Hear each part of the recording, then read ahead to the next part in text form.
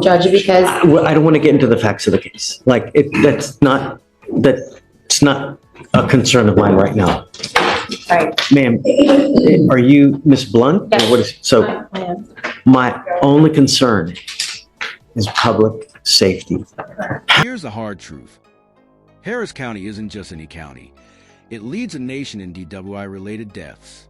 That's exactly why judges here treat every DWI case like a loaded weapon, knowing just how quickly things can turn deadly. Fatalities do you see in Harris County on a daily basis because of DWIs?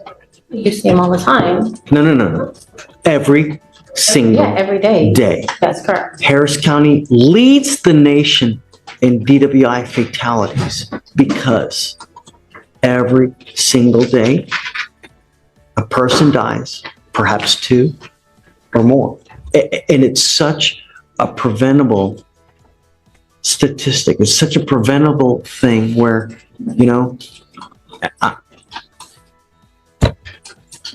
So, I mean, and the problem, what I see is criminal case after criminal case after criminal case.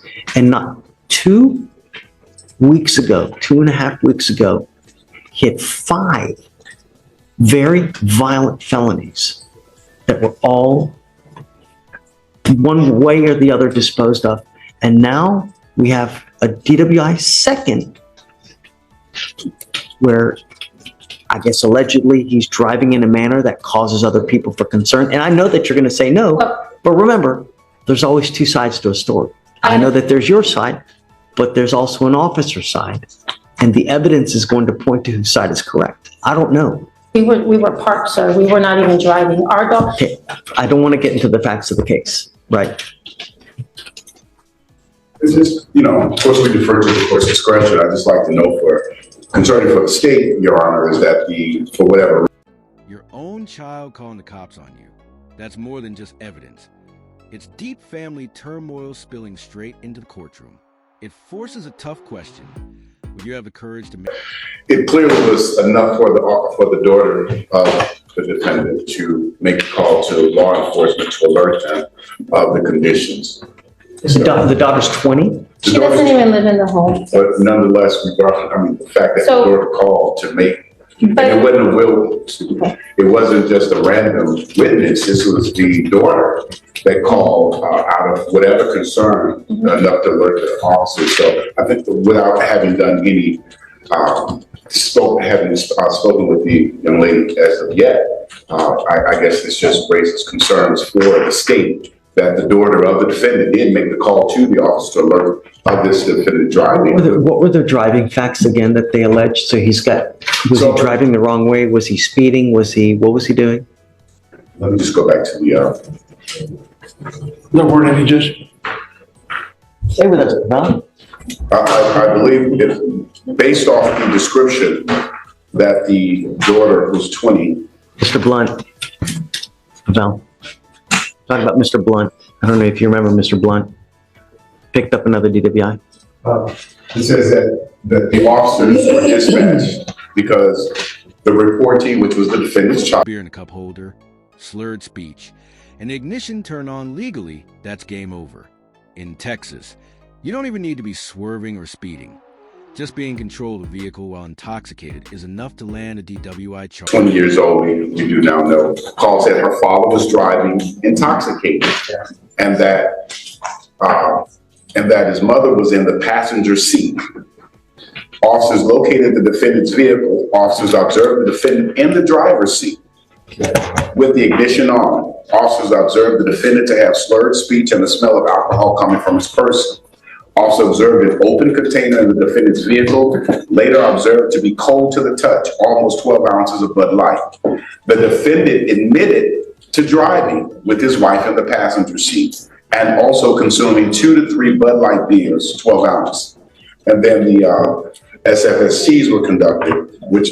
I think that's it. The only thing that I'm going to say is that how old is you? You've got one 20-year-old and what's the other? We have a 20-year-old, we have a 17-year-old, and we have a 16-year-old. And I know that, like I said, you're going to say little bunnies, right? But I'm going to tell you that if your children resent Mr. Blunt,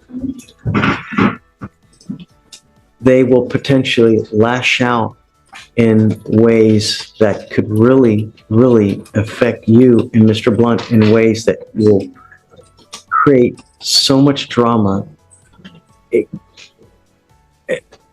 I shudder to think what's going to happen, because when a child resents someone else and when they don't like someone, and if they can't get attention from mom in the way that they want. That's what it is, a game of tug of war right now. It's what it feels like, Judge.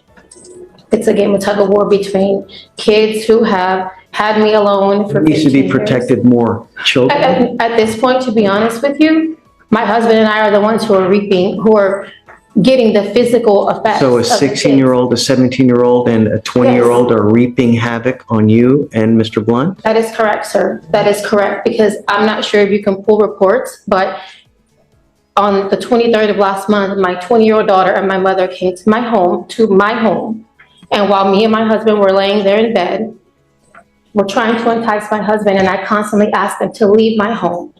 My husband walked away from the situation, and they followed him from our home to the Beltway on foot while he continued to walk.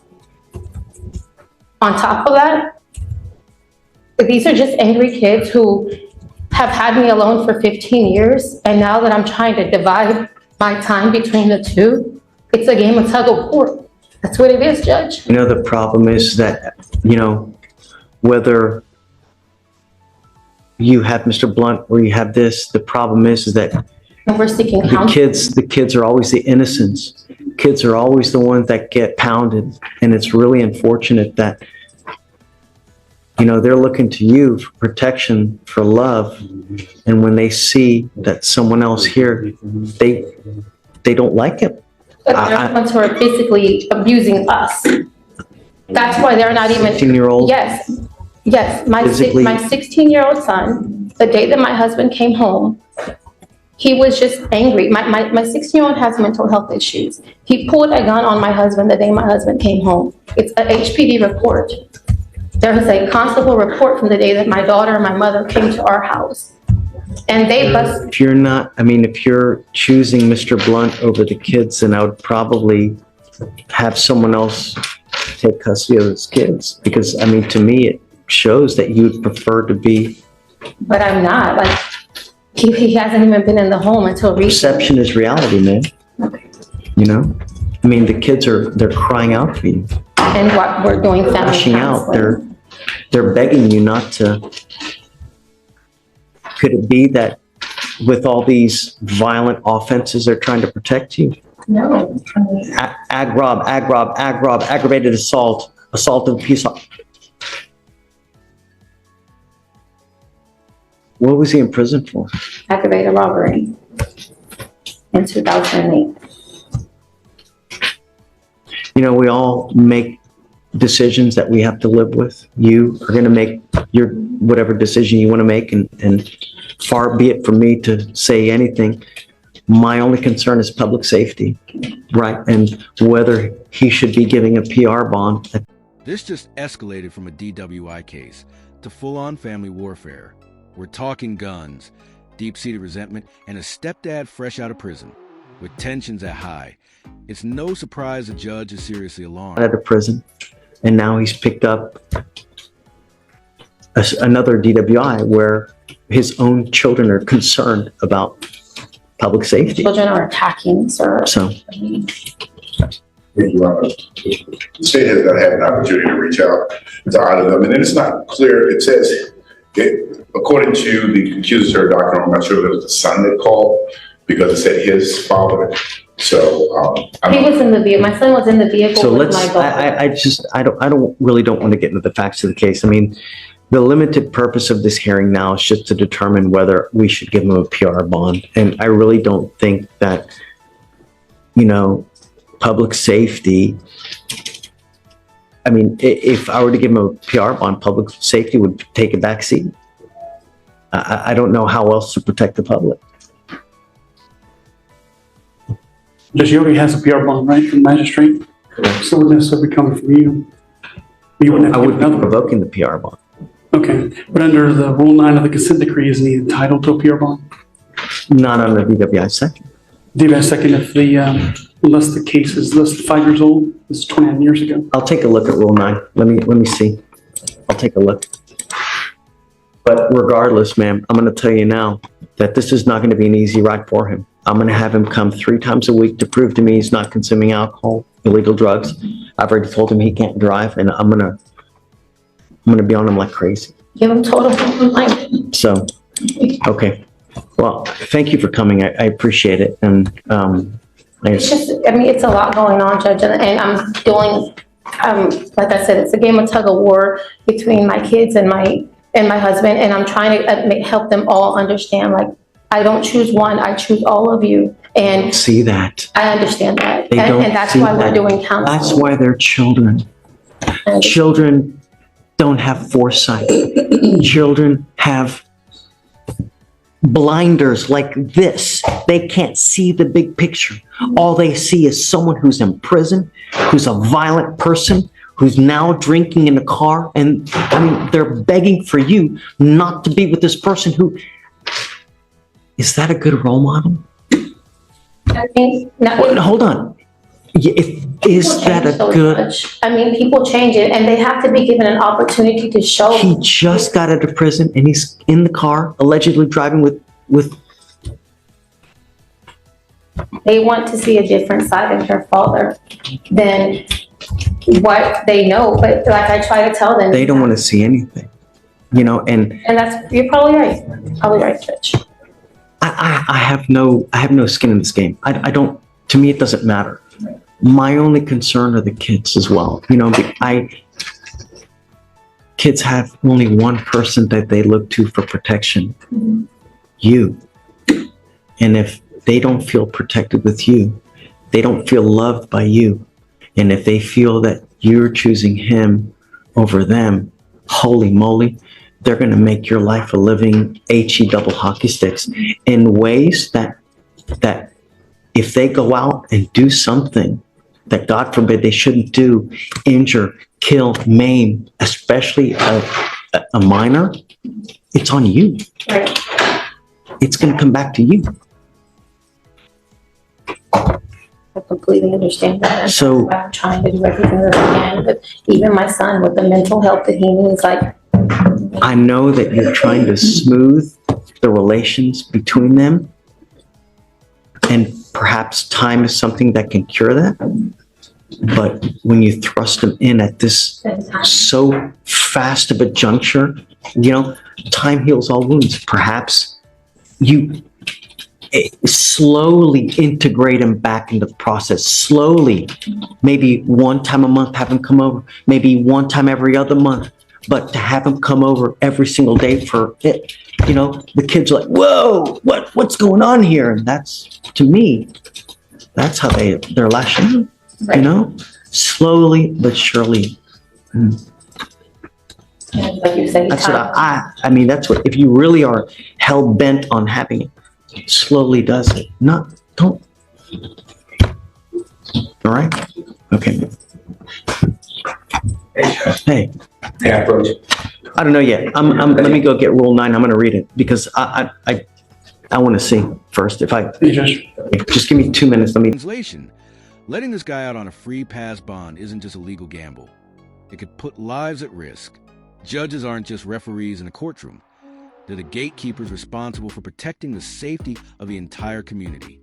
Tier of the community battling this, who goes through life in such a fashion to help people. Yet we have you here in front of us where you have violent felony after violent felony after violent felony who has now picked up a DWI second where allegedly people are calling cops because a father has 2 beers in the car, allegedly driving. How's that for perspective, Mr. Blunt, where